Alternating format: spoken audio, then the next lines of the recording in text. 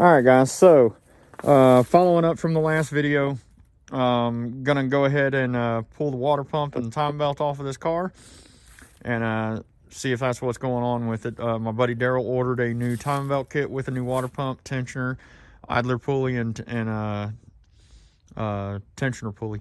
So I'm gonna go ahead and show you how to pull all this off and do the time belt on a 1.8. So the first thing you're gonna need to do, obviously, you're gonna have to disconnect the battery. Then you got to disconnect or take this bolt out, this bolt out. There's a bolt right there for the headlight, and then there's another bolt right there for the headlight. They're all T30s. Disconnect the headlight, pull it out. Same thing over here. You got a bolt here, bolt right there, and a bolt back there. And Daryl's actually missing some bolts for his headlights, but lucky for him, I have a couple of those parts cars or radiator supports still here, so I'm going to steal the bolts out of the other radiator supports that I have to get all the bolts in here for him. But then you're going to disconnect your air intake, pull the headlights off, and then we'll pull the front bumper off, and I'll show you how to get the front bumper off of this one. Okay, now to pull this air box off, you just take this screw and another screw. They're bolted in right here and right here. Take those screws out, pull up on this, and then there's usually a case wrapped around here that clips on to this hook right here. So you'll have to push it off of that hook, and then you can pick the whole thing up and pull it out. Okay, now that both headlights are removed, what we're gonna do is you've got three 10mm nuts right here inside the fender well. So it's right on the back side of the fender. You got 3 bolts, one right here, one right here, one right here. This is just clipped in, so that just pops out. The other side does the same. So this side just pops out. And then you've got 3 nuts here as well. So, see if I can get to them. So there's one, he's missing the center one, and then the bottom one. And then, yep. Then you have to pop out these covers right here, this one, and the one on that side.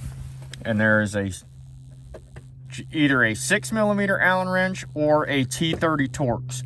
I've seen both, so it could be either or. This one feels like a Torx.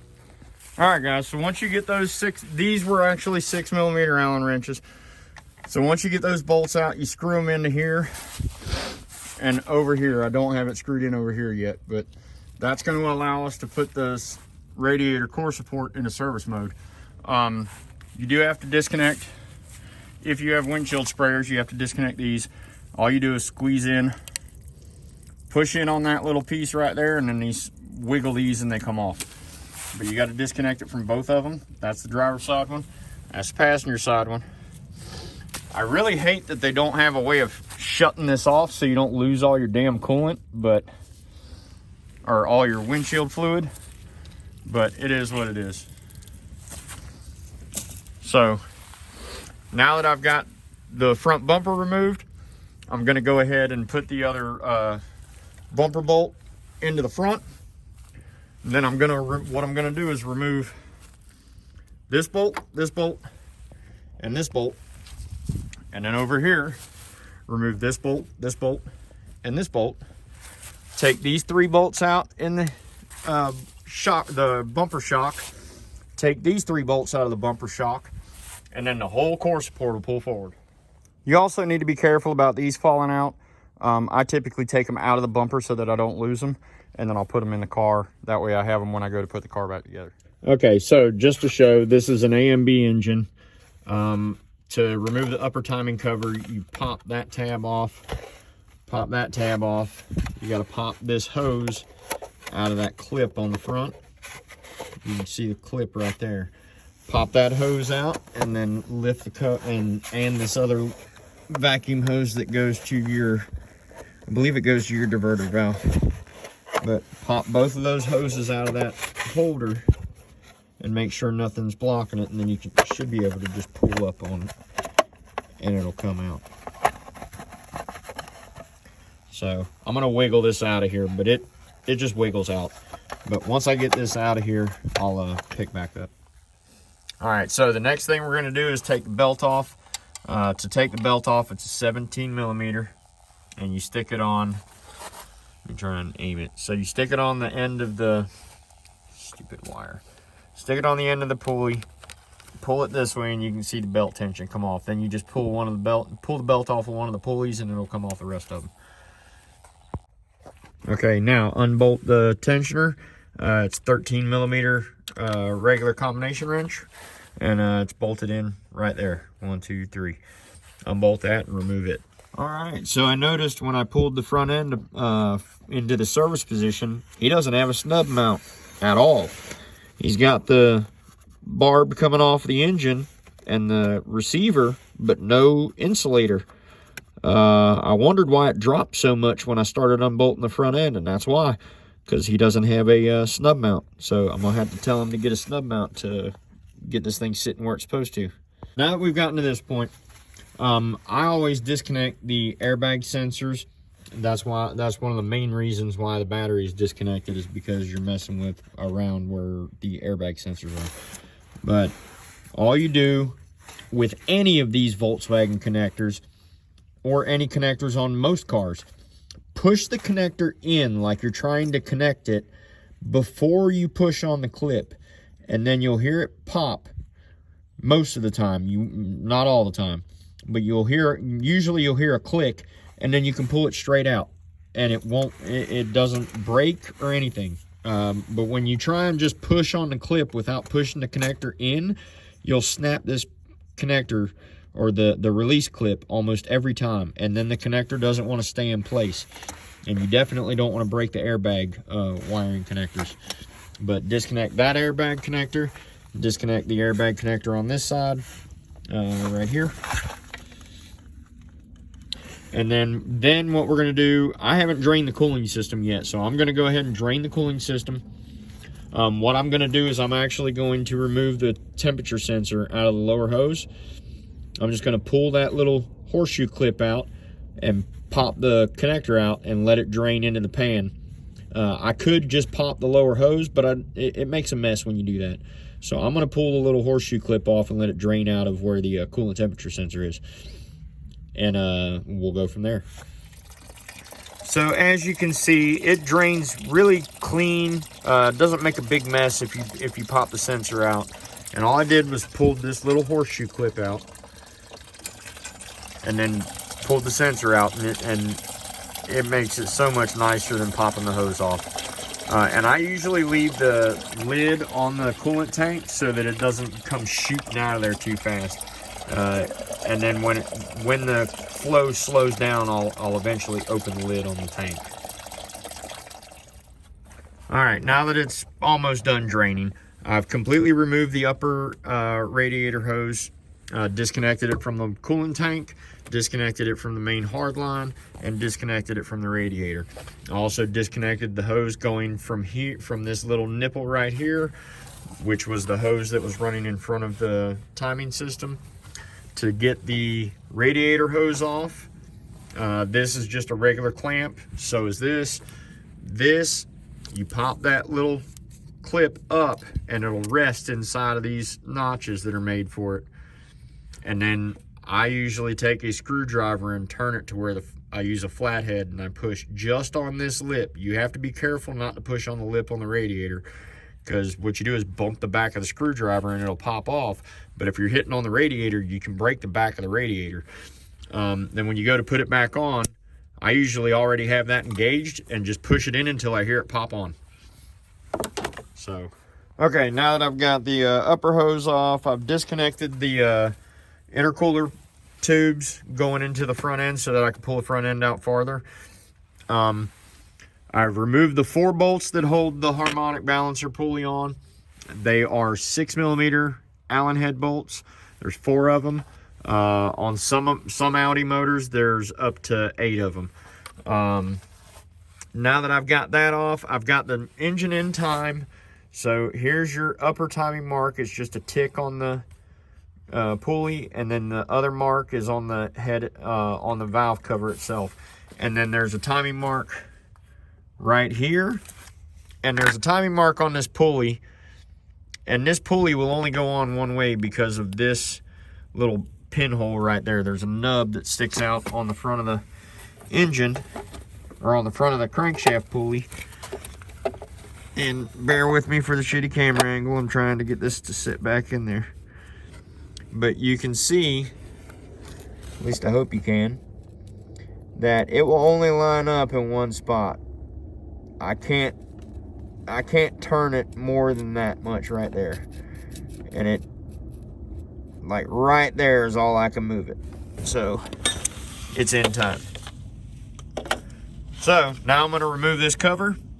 It's gonna be a 10mm bolt here, 10mm bolt here, and then there's two more, one right here and one right here, and then I'll have the whole front cover off.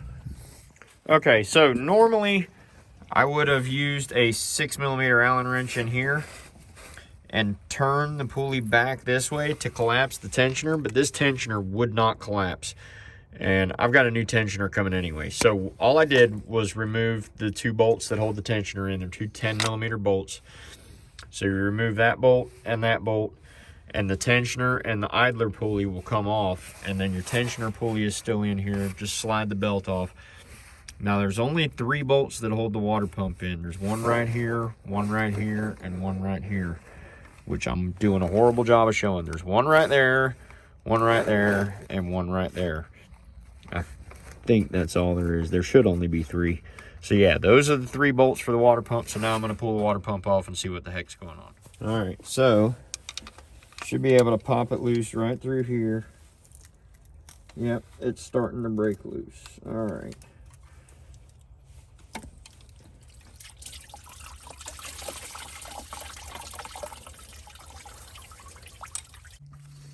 Okay guys, so I'm gonna keep pulling the coolant system apart, because when I moved the radiator just so I could see where everything was leaking from, and it looks like that tube's got orange silicone all over it. It looks like it's leaking. That's more than likely where the leak's coming from. I need to make sure that's not clogged up with silicone, preventing the heater core from having flow. That could be the freaking problem. I can't believe I couldn't see that from up top. But yeah. I also noticed there were some metal shavings in the water, in the coolant, and it did not look good. So that's why I'm going further into the system, because the water pump, it looked okay, but it was a metal impeller. It was not a plastic impeller, so I was incorrect on the whole impeller theory. But there's metal in the coolant system, and that right there does not look good. And it's got me concerned that maybe there's some silicone blocking the heater core, because that's the hose that feeds the heater core, or it's the return. It's one of them. I think it's the feed. But anyway, that's one of your heater core pipes, and then it goes out to the back of the motor where it turns into the hose. And then your other one goes into the side of this, but that's the thermostat housing right there. So I am going to pull the thermostat housing out. So I'm going to remove the lower hose. Now, in order to get to the thermostat housing, you got to take the alternator off. It's 4 6mm Allen head bolts. Disconnect your electrical connector, disconnect your power wire. I haven't done that yet. I'm getting ready to. I'm going to disconnect that. I'm not going to move the intake. I'm just going to take the thermostat out right where it is. I'm going to wind up disconnecting the lower radiator hose right here. It's got a spring clip on it. So it's got a spring clip on it, just like the upper radiator hose that I showed earlier.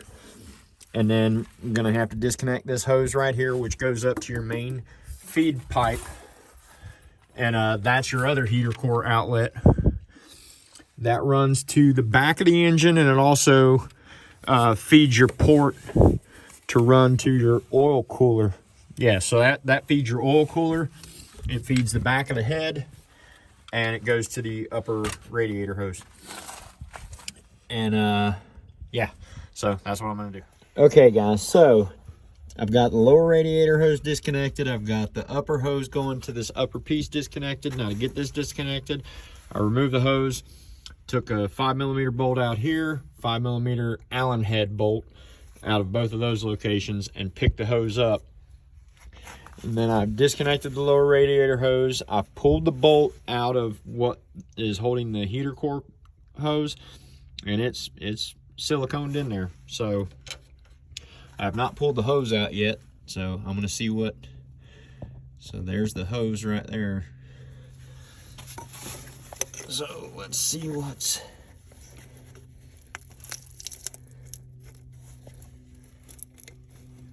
man, I don't know why that's siliconed all up like that. That doesn't make any sense. I mean, none. So, all right, I'll look at this and see what's going on. All right, guys, so I have removed this hose completely, or this pipe completely from the car. This fitting goes to your oil cooler. This is one of your heater hose connections. This is just a blocked off port. And then this is what was going into the water pump. And you can see that thing's built up with silicone all over it. And I believe all it's wrong with it is the damn O-ring is just wore out. You just need to replace the freaking O-ring and it'll freaking seal right up. I don't know why people always do this crap, but I see it all the time. But this is more than likely where it was leaking from, and with it leaking out of this pipe, this is more than likely why I'm not getting flow into the heater core, because if it's leaking here, this is the main supply line to the heater core. So if it's not able to pump through this tube, it's not going to make it to the heater core. So I'm going to see what I can come up with. It also looks like there's metal shavings in here, so I'm going to...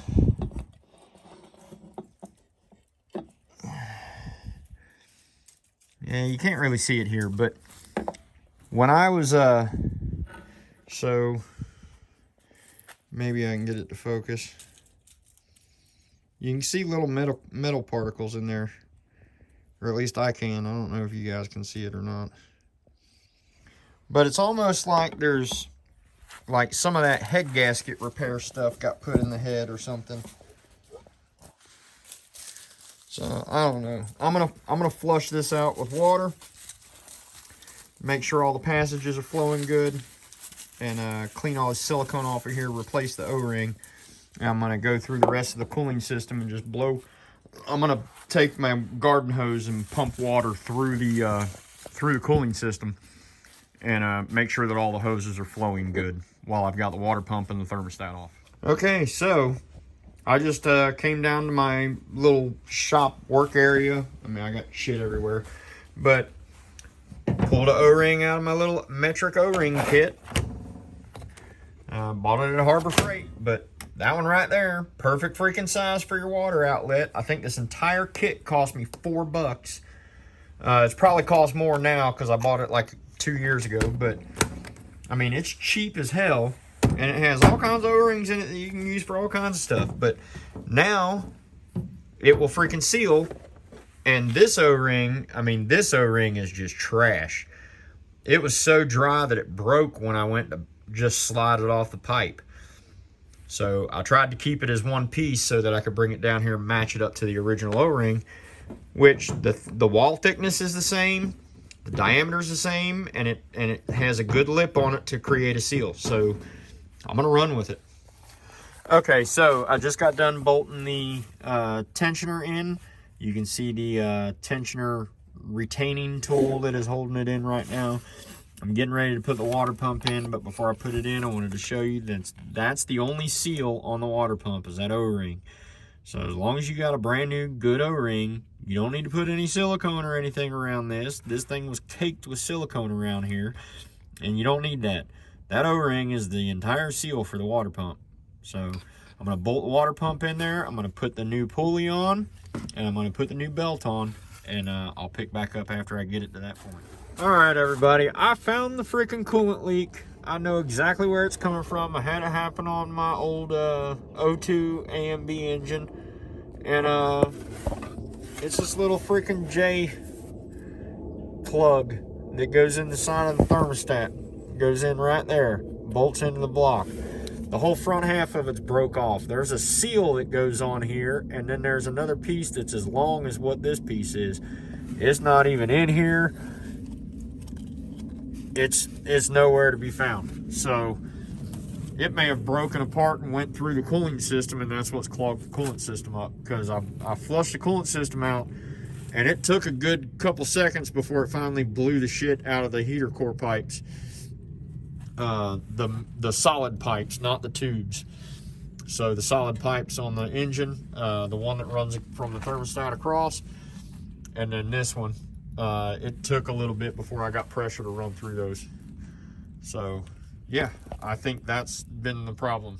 Okay, so as you can see, I've got the timing marks lined up, got the belt back on, got the water pump in, tensioner's on. I have not tightened the tensioner down yet, and I have not released the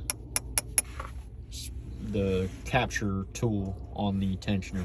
So I need to double check in my manual about how to set this, because it's been 4 years since I've done a 1.8T, so I got to remember if there's anything special about this. I know on the B5 motor, you had to do like 20 foot-pounds of pressure with a Allen wrench, and I can't remember. I got to go look at my book and see what it says. All right, guys, so the new part has arrived. You can see it's got the O-ring on it.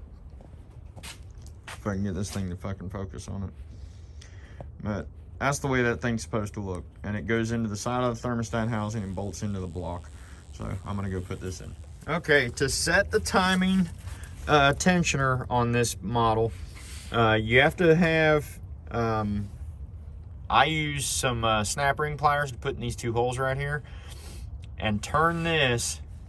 You got to turn it back that way to push the pulley out that way, and use a 6mm Allen wrench right here and roll back on it to push down on the tensioner and remove the clip.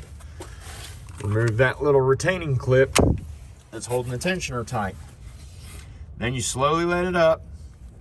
You got to get an 8mm Allen wrench to fit in between here and here, flat, to where this silver piece is flat against the top of the Allen wrench. Once you get it sitting like that, then you tighten that bolt down. You can see I've got my timing mark lined up right there, and my timing mark lined up down there. So I've got the thermostat reinstalled, new gasket on the heater core pipe. I also replaced that J plug, which is actually located behind the thermostat on the other side. So that was the big problem, the J plug that was behind here, and then this O-ring right here. So now that I've got that stuff replaced, I'm gonna finish putting the car back together, start it up, check the heating system, and see where to go from there. So I was starting to put the damn timing system back together, and look what I freaking noticed. That ain't no damn good. So now I gotta see what I can do about this. All right, guys, so I'm gonna take the one off my parts 2.7 motor over there. What's wrong with that one is this right here has broken. The sensor itself is still good. The magnetic pickup's still in place and everything, but it cracked right there through the center, so the plug was loose. So I'm gonna use one of my 2.7 ones. The part number's exactly the same. So I'm just gonna replace it, because I'm not gonna sit here and wait for another one to be delivered. I'll just freaking, my buddy Daryl just got this damn camshaft sensor replaced for nothing. So Merry Christmas, Daryl. Okay, guys, so I'm hoping you'll be able to see what I'm seeing. You see all that metal in there? That's the kind of shit that I was blowing out of this thing when I was trying to clean the system out. So yeah, there you go. Now you can see it. All right, guys, so I've got the car back together. I'm driving it down the road right now. The heat is freaking amazing in here. I do not have it on econ mode anymore. So the leak at the thermostat housing for the heater core pipe, the leak from the J plug, and then the clog in the system, all of those combined were more than likely what was causing the issue. But went ahead and replaced the water pump, timing belt, tensioner, tensioner pulley, idler pulley, all that stuff. That way Daryl knows that this engine is good for another 60 to 80,000 miles, depending on a number of factors, but typically 80,000 miles he'd be good for going for another water pump and oil change, or timing belt change, I mean. But this thing's putting out a shit ton of heat, so I'm gonna call him up and let him know that his car's done and he can come pick her up. All right, guys, so hopefully this video helped you all out if you're trying to do timing belt or thermostat on an A and B engine. If it did, please like, comment, share, subscribe, let your friends see what I'm doing. Next video is more than likely going to be dealing with the Veloster again. Terry has not purchased any parts for his Lexus sitting back there, so not really able to do a whole lot of work to it, but there's a little bit of stuff I can do to it. But I think I'm going to start focusing my energy on the Veloster. So hope you all enjoyed this video. Have a great day.